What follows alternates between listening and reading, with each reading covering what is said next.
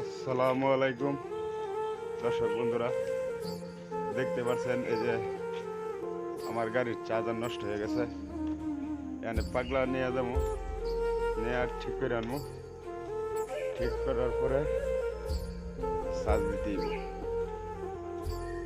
দেখতে পাচ্ছেন মাথা করিয়া চার্জার নিয়ে যাইতে হইতেছে রোডের থেকে গাড়ি তুলবো, গাড়ি তুলতে পাগলা নিয়ে যাবো চার্জার।